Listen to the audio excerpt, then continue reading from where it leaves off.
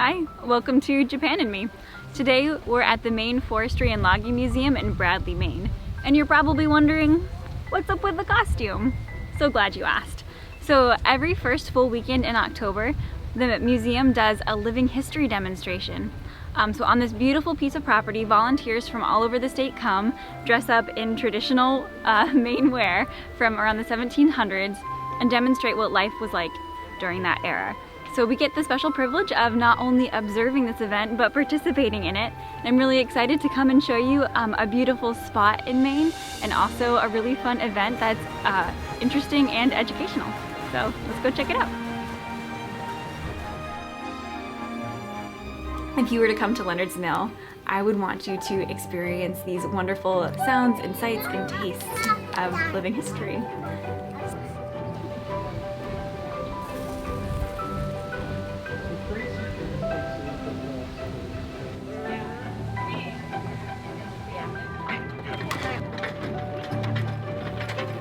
You can go on a wagon ride throughout the property and see the leaves and all the different demonstrations.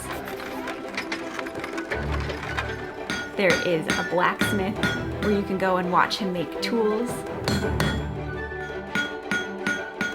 There are animals to see.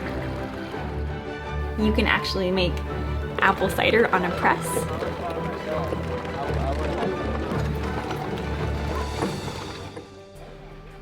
Or go to the beanhole beans and watch them take beans, put them in a cast iron pot, bury them in the ground, put coals over them, and then they bring the beans back up hours later, and they've been cooked in the pot underground. It's amazing.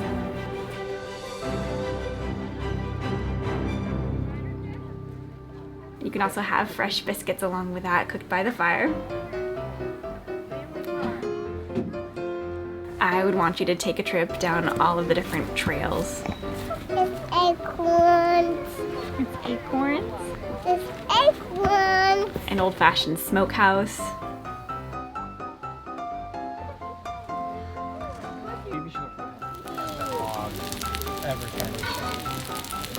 Pump water from a water pump. Make candles by hand. They used to dip the string in the wax and then in the water and smooth it out, and then the wax and in the water.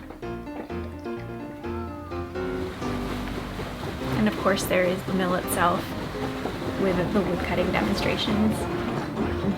So, and as I've gotten older, I've come to really appreciate the museum's mission, which is to preserve logging and lumbering history in Maine.